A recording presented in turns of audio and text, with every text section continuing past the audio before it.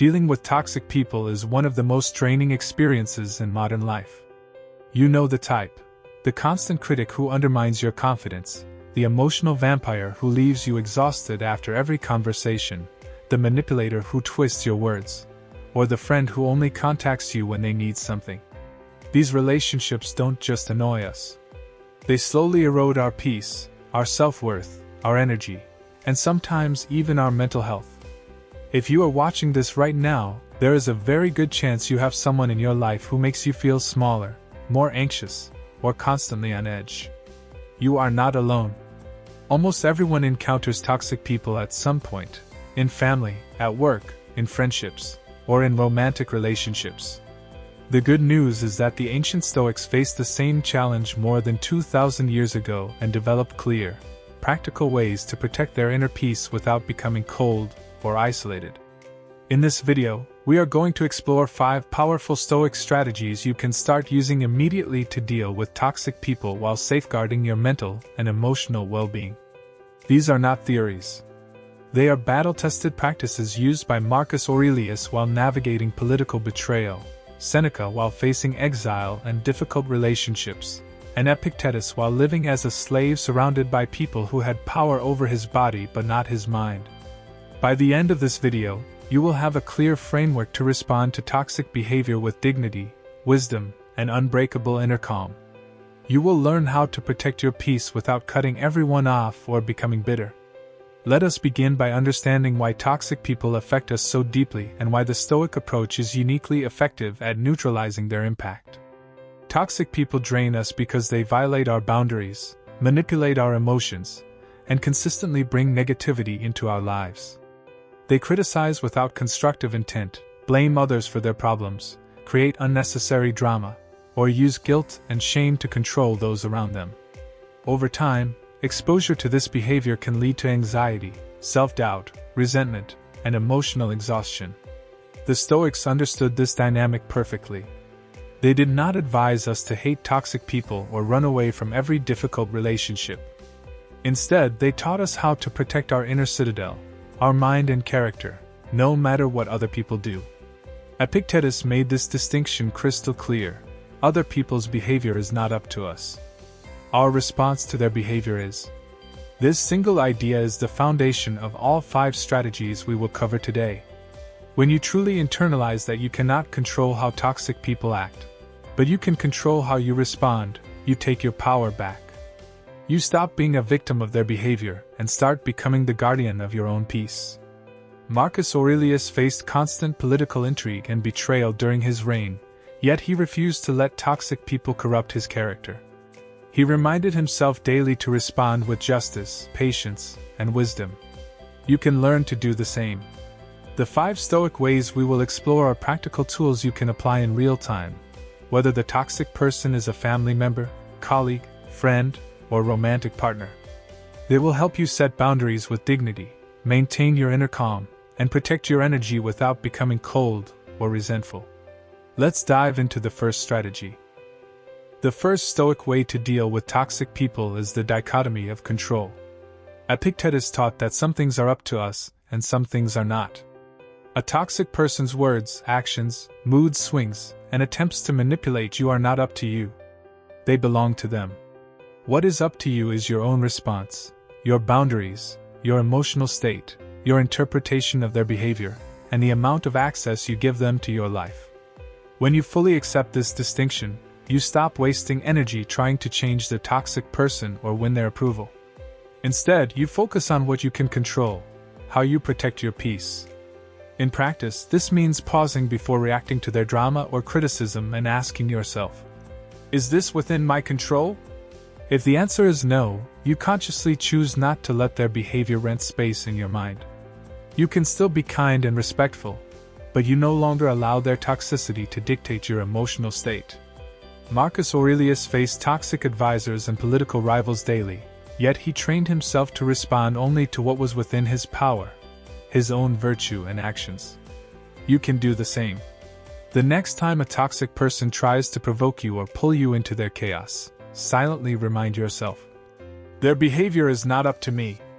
My response is, This simple mental move creates immediate emotional distance and protects your peace.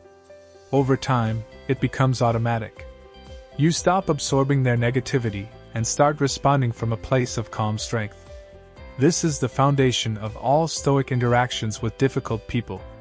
The second Stoic way is to practice Amor Fati, love of fate, toward the existence of toxic people. This does not mean you approve of their behavior or allow them to harm you. It means you stop fighting the reality that toxic people exist and instead accept that they are part of life's challenges. Fighting their existence only creates additional suffering. When you practice Amor Fati, you shift from, "Why do I have to deal with this person?" to, "This is part of my current reality, and I will respond with wisdom." This acceptance frees mental energy that was previously spent on resentment and frustration. Seneca faced many difficult people during his life, including the Emperor Nero, yet he used these encounters as opportunities to practice patience, boundaries, and self-mastery. You can do the same. The next time you encounter toxic behavior, pause and say internally, "Amor Fati. This is happening. Now, how can I respond with dignity and protect my peace?" This practice does not eliminate the challenge, but it removes the extra layer of suffering that comes from resisting reality. It allows you to deal with toxic people from a place of calm power rather than emotional reactivity. The third Stoic way is to keep virtue as your highest good. Epictetus taught that the only true good is virtue, wisdom, courage, justice, and self-control. When you make virtue your North Star in dealing with toxic people, their opinions and behavior lose their power to shake you. You stop trying to win their approval or change their mind. Instead, you focus on acting with integrity no matter how they behave. This creates an internal anchor that toxic people cannot touch. Marcus Aurelius faced constant criticism and manipulation from those around him, yet he held himself to high standards of justice and patience. He did not let their toxicity corrupt his character. You can adopt the same standard. When interacting with a toxic person, ask yourself, what would a wise, courageous, and self-controlled person do right now? This question shifts your focus from reacting to their behavior to acting according to your own values. It protects your self-respect and prevents you from descending to their level. Over time, this practice builds quiet confidence that does not depend on how others treat you. The fourth Stoic way is to set clear boundaries with dignity and consistency. The Stoics were not doormats. They understood the importance of protecting their inner peace. Setting boundaries is an act of self-respect. It means deciding how much access someone has to your time, energy, and emotions. You can do this kindly but firmly. You do not need to explain yourself endlessly or feel guilty for protecting your peace. Epictetus lived among people who had power over his body, yet he never surrendered control of his mind. You can draw the same line. When a toxic person crosses a boundary, calmly and clearly restate it. If they continue, reduce or remove access. This is not punishment. It is self-preservation. Healthy boundaries are not walls. They are gates that you control. They allow good people in and keep draining people at a safe distance. The fifth Stoic way is to practice memento mori when dealing with toxic relationships.